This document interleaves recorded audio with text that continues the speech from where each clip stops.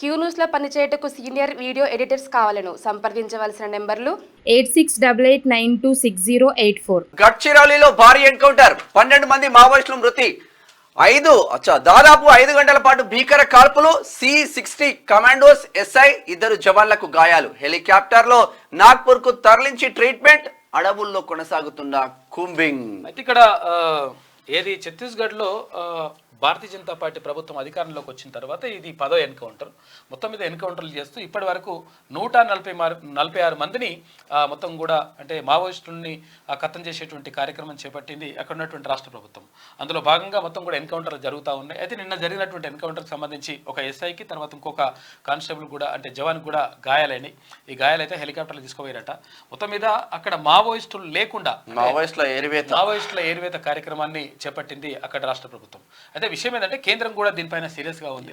అయితే ఇప్పుడు మావోయిస్టులు నిజంగా అటువంటి భావజాలం ఉన్న వాళ్ళు చేయాల్సింది ఏంటంటే ఇవన్నీ కూడా అంటే అవన్నీ కూడా తుపాకీ తూటా ద్వారానే రాజ్యాధికారం ఇట్లా అన్నీ కాకుండా ప్రజాస్వామ్యయుతంగా ప్రజల్లోకి వచ్చి వాళ్ళు ప్రజాస్వామ్యయుతంగా ఇక్కడ రాజ్యాంగబద్ధంగా ఎన్నుకోబడితే బాగుంటుంది. తర్వాత అటువంటి దాని ద్వారా మార్పు తీసుకొస్తే బాగుంటుంది. అందుకే అక్కడ గద్దర్ కూడా అంటే ప్రజాయుద్ధ నౌక గద్దర్ కూడా ఆయన ఏమన్నాడు, అసలు యాక్చువల్గా ఫస్ట్ తుపాకీ గొట్టం ద్వారానే రాజ్యాధికారం అని చెప్పేసి ఫస్ట్ భావించిన తర్వాత అందులో అటవీ ఉద్యమాలలో చాలా వరకు పాల్గొన్నాడు. తర్వాత ఇంకోటి ఏంటంటే దానికి సంబంధించి ఊతం ఇచ్చిండు.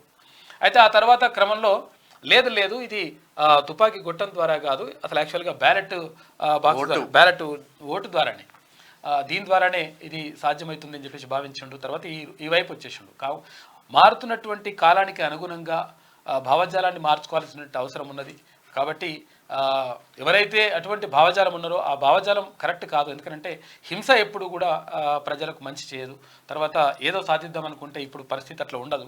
కాబట్టి హింస కాకుండా ప్రజల్ని మెప్పించి ప్రజాస్వామ్యయుతంగా ఎట్లా ముందుకెళ్తే బాగుంటుంది, తర్వాత ఎట్లా మార్పులు చేస్తే బాగుంటుంది అనే దానిపైన దృష్టి పెడితే బాగుంటుందని చెప్పి చాలా మంది. Simple example Seethakka, Mulugu MLA Seethakka గతంలో గన్ను పట్టింది. ఇప్పుడు ఎంతో మందికి రాజకీయాల్లోకి వచ్చి ప్రజా సేవ చేస్తా ఉంది. తెలంగాణ రాష్ట్రంలో చాలా మందికి హెల్ప్ఫుల్ గా ఉంటుంది సీతక్క. బుల్లెట్ కాదు బ్యాలెటే ముఖ్యం అని చెప్పేసి బ్యాలెట్ అయితేనే కొంచెం మంచి జరుగుతుందని చెప్పేసి ఆమె కూడా. మీకు వార్తలు రాయడం, విశ్లేషణ చేయడం వచ్చా?